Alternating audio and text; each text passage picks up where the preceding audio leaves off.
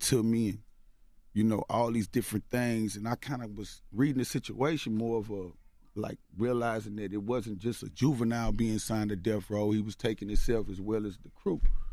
I had no idea Juvenile was signing to death row. I didn't know that either. I'm sure you did. And I see a lot of people did. And I've been speaking on it because it's at this point, it's like, you know, I just want to give my story. I'm an open book. You know what I'm saying? So it's like, and I'm yet to feel like I've got my just due in this game. So it's not like what I'm putting out there is any false behind it or none of that. You know, at the end of the day, that's the way the direction was supposed to go. And what happened with that? Why didn't it happen? Man, honestly, it's because I honestly don't know, Charlamagne. To this very day, I ain't even had that conversation with Juvenile, even though I speak on it so much. I haven't had a chance to really see him to see where he at with things. Ever since I made the bar, Juvie left me in California, and I don't respect that. I love him too much to beef, so I'm going to accept that. But I'm going to just step back and focus on Buck. I'm tired of riding in yours. I'm about to buy my own truck. You know, those are real bars, and I bought my own truck. But when I say that, I'm meaning, you know, I was out there on Juvenile's time. We spent 2-3 weeks of recording with Suge. And one morning I woke up, you know, ready for the same process. You know, went to Juvie's room, didn't get an answer when I knocked at the door. Went to his brother's room, like, yo, bro, where your bro at? We got to get to work. We got to get over here. Man, I've been looking for him all morning. I don't know where he's at. What you mean you don't know where he at? He got the per diem. I'm hungry. You know what I'm saying? Like, he took care of everything, so it caused a turmoil throughout the crew. Everybody's looking for Juvie, and everybody's going to his brother like, yo, bro, what's going on? Where Juvie at? And then we get that phone call from the hotel. Time to check out. Y'all need to get out, because Suge had called looking for him. And once his brother had told him Juvie wasn't there, 1 second later when he hung up, the hotel was calling saying, y'all need to get out. And, you know, honestly, man, I don't know exactly what, you know, happened. I think Juvie had to go take care of legal issues or whatnot. And then, you know, they say he was supposed to sign the contract that day as well. So, like I say, when Juvie gets here or whatever, you know what I'm saying, he'll be able to speak on whatever the case may be. There's no beef. Had to check out, no money. No money. No information on what was going on. No information. It was guys that strayed off and ended up staying with females that they had met out there at the time. You know, once I realized what situation I was in, I had to call home. Like I say, I was chasing a check. I didn't have one. I had to call home, get somebody to send me something. You know, and not only send me something, it's 2-3 other guys trying to get home, so send me enough for them. So I did as much as I could do out for myself. You know, Skip and Wack, they'll tell you, I think Wacko got left out there. You know, Skip and all of those guys, you know, they did what they had to do to get back.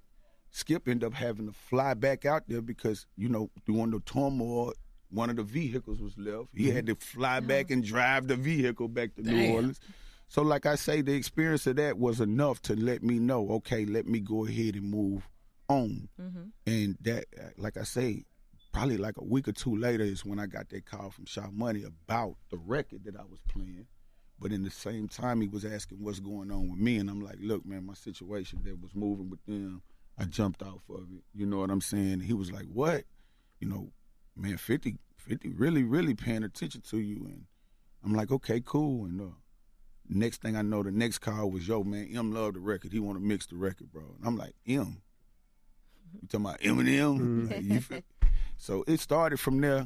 They flew me out. So you never had real quick, Suge never reached out? Like, look, I like what you was doing in the studio. Won't you rock with me? Yeah. I mean, he never reached out. He always, it's like I'm back and forth throughout L.A. My whole life. So he's always had ways to be able to get at me through other individuals and everything. So, you know, from the very day I met Suge, you know, he did a lot of Tupac talking to me, you know. You remind me of Pac, A lot of different things of that nature. And, you know, he expressed to me how much, you know, he enjoyed what he heard from me and what, you know, how he would love to have me a part of what they had going on. So I've always had that mutual respect with Suge. I mean, even before at the Vibe Awards, when that situation happened. We're going to get to that. Yeah, We'll I get to that walked later. in and spoke to the man. You get what I'm Yeah, saying? yeah, yeah. Just being real, like honestly, it's more of a situation where I've never had issues with him, but I know he's always been aware of who I am. Right. Period. And Juvie, you haven't spoken to him since then? No, not at all. I think we God have spoken. damn. We've Oh. spoken, But but this we wasn't haven't about that- spoken about about that, that. right. You know, it's more of a thing where I see him. Juvie is real close friends to a lot of my friends from my city. You know, he created a relationship. Just the whole Cash Money thing is like Cashville is almost a second home. You know, people in my city became adapted to seeing Wayne and Juvie and everybody because of my affiliation, and they treated my city in the coming up years as a second home for them. You know, so it was more of a situation where, you know, everybody was used to seeing those guys and kind of look for me to make my career happen with Cash Money, period. So, you know, even though I haven't had this conversation with him, we've had times where we've seen each other spoke, and whether I brought it up, I've put it out there enough where if it's anything that he want to say or do is there, you know, I'm not looking for no closure out of the situation or nothing. Like I say, I'm not putting no false nothing out there on, or there's no beef or none of that with me or Juvie or none of that type of stuff. I'm just telling it the way it is, yeah. So 50 didn't have to pay Juvie nothing to get you off? Not He at all. doesn't sign. He didn't sign Yeah. nothing. Never signed nothing. And then you go Had with to G pay Unit, me. and that G Unit truck was running at that time. Yeah, Y'all really. were moving at that time. Without That's a doubt. good that you was moving around for so long without having signed anything anywhere. Yeah, that was the blessing of me. It was because I got it out the streets. It was more like, if you ain't got to offer me what I'm already putting myself in a position and getting, then it didn't really make sense to me. It was more of a thing where I didn't really have a lot of knowledge of the business too, on, you know, percentages and things of that nature, of how things worked without the business. So, you know, I was really, really fresh up off the block. Like you didn't have a lawyer or anything None to of look at that. the contract. You would have probably, if things felt right, just signed it. Yeah. But you signed with 50, though. 50 made sure you signed Yeah, he before did. He did. Yeah, until then. 50 a businessman. He was going to make sure he And he signed. made sure I had $1 million before I even put an album out. Right. Wow. Straight up, I was a millionaire by the time we got off the Rock the Mic tour by just being on the stage with 50. But you said Sha Money called you. So Cali happened. 2 weeks later, Sha Money called you. Mm-hmm. And then what? When Sha Money called me, I came on out there. He wanted to fly me out to L.A. To basically. You wasn't scared? Like, God damn, LA again. Yeah, I just more or less, let's go. You know, for real, man. Right. Time to get up out of here. But when I got out there, they were recording at Dre spot. It was the first time I got to see Dre. I didn't even get a chance to talk to him then. I was more or less just there, you know. And my whole situation started to brew from there. You know, that's when 50 let me know, look, man, you know, I'm looking to bring you over here if you with it. Did you feel cautious because this is like the third time something like this? It was really the 100th time. This was like the fourth time. It's like the fourth. It was like the fourth time. Fourth baby. or Did it make fifth you time. feel like, Cash yeah, Money, whatever? Yeah, UTP, it's like- Death Row. And now, yeah, this is the fourth at that time. It was more of a situation where I was like, you know, is this really real? You know, you sitting there by Dre and Eminem and all of that. And honestly, I didn't even feel like my music was up to that par where they were off into it like that. He's telling me Eminem want to mix my record. I just couldn't see it. Right. You know what I'm saying? So from there, like I say, my whole situation started from that moment on. 50 was like, you know, we're going to jump straight into it. I'll get this paperwork pulled up. You can run it through your lawyers or whatever you need to do. I'll let you know what I'm looking to do. And if you see fit for it, let's go forward with it. And honestly, man, that was it right there. That's what it took. I went, got me a lawyer, of course.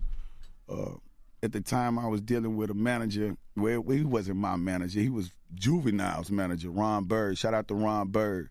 And I was kind of looking for him to come over and manage me out of the situation because, like I say, I didn't have no knowledge of the business or what was going on. And I had enough knowledge that what he was asking for at the time wasn't what I felt like I was able to produce. So that didn't work. And I walked into G Unit with just nothing but me and a lawyer that I barely had a relationship with. So it was more or less an experience of learning. That's why it led to the trials and tribulations that I've been through business-wise, is because I done had to gain my own education behind behind other people's education of this business versus like a trial by fire kind. Yeah, other than I come from the independent hustle. That I was gonna ask because you made a lot of money, but then there was a bunch of times where they said you had no money, like you lost everything. How did you lose all your money? Honestly, it was more of a situation where I had no knowledge of legal money and how that rotated. I always done got a hold of the paper and put it up in something throughout my whole life. So when I come off his Rock the Mic tour and 50 telling me, yo, that account that I told you to set up, you need to go check it, and then I go over there and check the account info, and that thing's 0.0000 millions. I came back to 50 like, yo, bro, did you give me the right amount? Word, like, did you make a mistake? And he laughed at it like, yo, that's yours. So But they didn't tell you about taxes. Nah, not at all. Not at all. That's where he forgot to tell me half of this is yours. He forgot to tell me half of it was mine. So I went, done everything I was supposed to do. When you checked it? Well, I bought, of course, jewelry, cars, all the essential. A new rapper, Hip-hop 101. There you Starter go. pack. So the starter kit, I went and got the starter kit, the Bentleys, the jewelry, got me a big old house. One of the biggest mistakes I made was not buying my homes. I was leasing to buy my homes, put down all this money on my home, put all this money down on my mother's home, bought a few cars, leasing a few cars. Sheesh. Next thing I know, I look up. And that 1000000 is just zero. And then you get that knock at the door, this individual talking Tax about time. where mine says. So then at the beginning, when I went to 50, like, yo, bro, these folks talking about I owe this in taxes off of the money. Like, it was I ain't gonna say a joke, but he laughed about it. It was more like, How do you... man, this is what you need to do. I'll take care of it. You know what I'm saying? That was real though. Even when I heard that 50 paid the taxes, I was like, that's real. Yeah. How much in taxes did he have to pay? I don't know exactly what it was. That amount was. I think he paid on it. I still had a debt, but he paid some. You know how you could pay and reconstruct and pay on it, this type of situation. He paid enough on it, and I still had situations coming in to take care of my own business. But in that process, I think that's when we started to have our differences. You and Fifth? Yeah. Why was that? I just don't honestly feel for... He didn't see fit for the way I was carrying myself at times with individuals. I think that he was had beefing with the problems world, with. and he wanted to make sure everybody was riding with him. And he's supposed to in the end. At the same time, I was more or less focused on the fact that, with some of the individuals I didn't have a personal situation with versus than him being big bro and having these situations. So it was kind of hard for me at that time when, he having certain beefs with individuals, and then I run into these individuals and they looking to give me all the love in the world when I'm basically there to tear their head off. You know what I'm saying? Who was the biggest one that he had a problem with? Wasn't it somebody in particular? Was it the Game or the Murder Inc.? Who was it at the time? Was it Ross? Or who was at the time, it was, of course, Murder Inc. That was in the beginning, but you had Fat Joe. You know what I'm saying? Fat Joe. It was. They say you saw it. You shook his hand or something like that. Yeah. No, I never saw Fat Joe to shake his hand. Me and Fat Joe had a small brief running in Chicago. We had words back and forth type of situation. Mm-hmm. Shout out to Fat Joe now because him and 50, they was able to move on. Watch the beat, right. Game, of course, at that situation, you know what I'm saying? Even with the locks, it was kind of hard, especially with the relationship I got with Jada. Me and Jada had just kind of got, acquainted with each other. Well, we on the bus chilling with each other, and then the next week or two, Piggy bank comes up. There you go. So it was like, man, it was just that whole navigation of that situation. I think even with the Dipset, you know what I'm saying? Mm-hmm. It got to the point where I was going to see what was up. If I knew that these guys were somewhere around me, man, I'm not going to sit here and act like I don't know you over here or not know that we on the same bill. I'm going to see what it is. And a few of them, they were able to stand ground at least enough with me where I was able to come back and say, 50, no, man, I don't think these dudes really own that. And Jim was one of them. Shout out to Jim John. He was one that was like, man, I ain't really on that. And that's why y'all see back in the G where Jim Jones was able to come out on BET in the midst of that whole turmoil. It was more or less when 50, once we was there, 50 was like, man, go on down there and tell dude to come come holler, because I was able to let 50 know, man, you know, it ain't that. You know what I'm saying? So it's just about being